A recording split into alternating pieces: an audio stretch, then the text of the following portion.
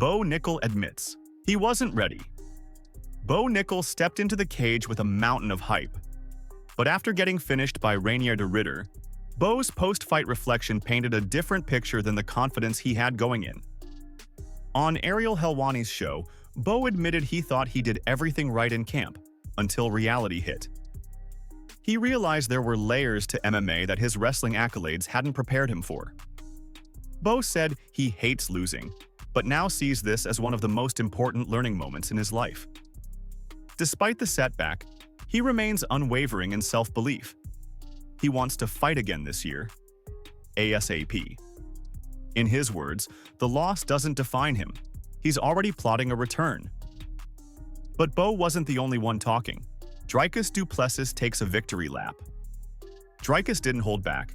He flat out said watching Bo get humbled was satisfying. According to him, Bo had been disrespecting fighters who've accomplished more. Talking like NCAA titles meant automatic MMA dominance. Dricus said Bo walked in thinking it was wrestling, but this is war. And he believes Bo mentally quit. That knee from RDR? Dricus says it didn't knock him out. It broke his will. If that's the kind of shot you fold from, good luck at the top, he warned. Dricus made it personal. He made it clear. Hype means nothing if you can't take a hit. Dominick Cruz sees a mirror of his past. While Dricus mocked, Dominick Cruz empathized.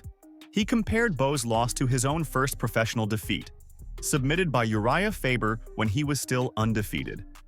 Cruz said what happened to Bo wasn't just expected, it was necessary. Experience matters.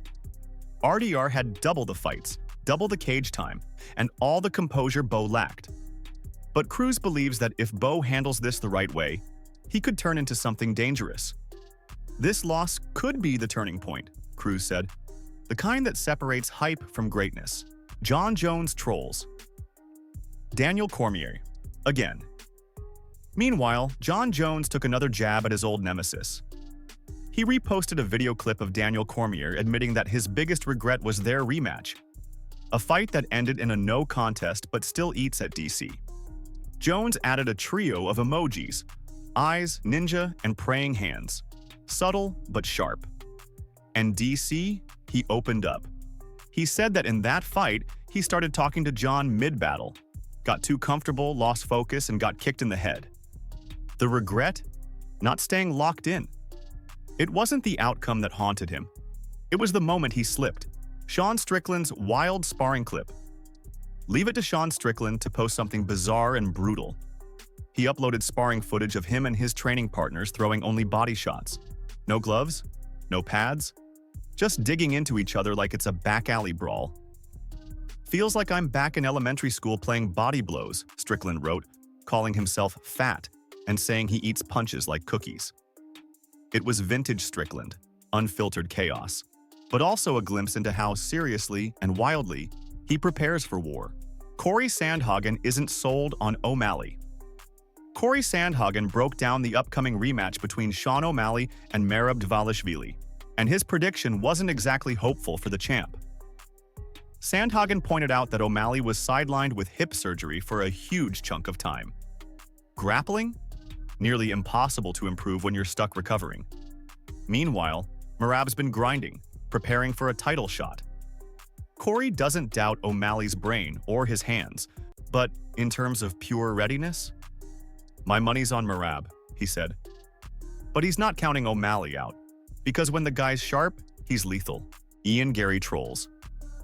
While playing backup, Ian Garry is officially the backup fighter for Belal Muhammad versus Jack Della Maddalena, and he's not shy about letting the world know.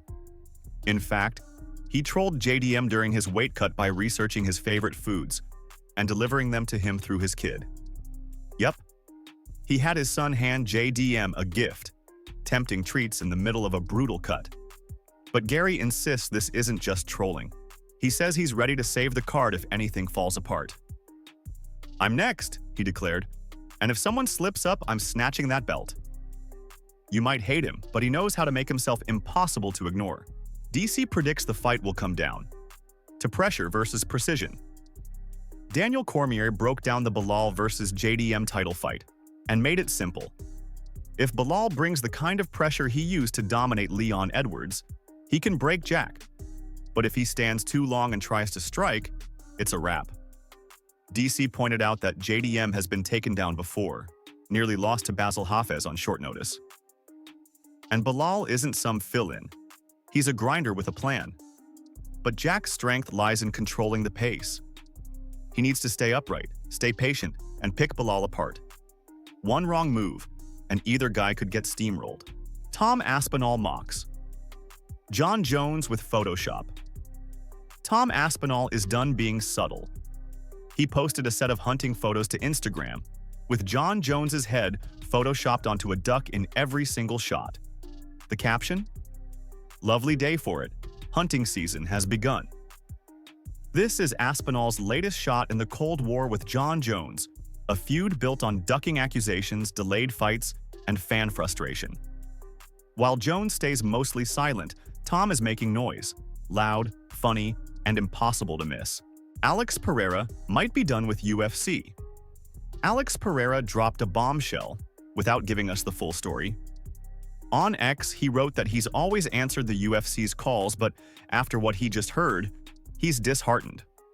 The word choice was surgical. He says he's never talked bad about the company, but if they want to play with him, he can play too.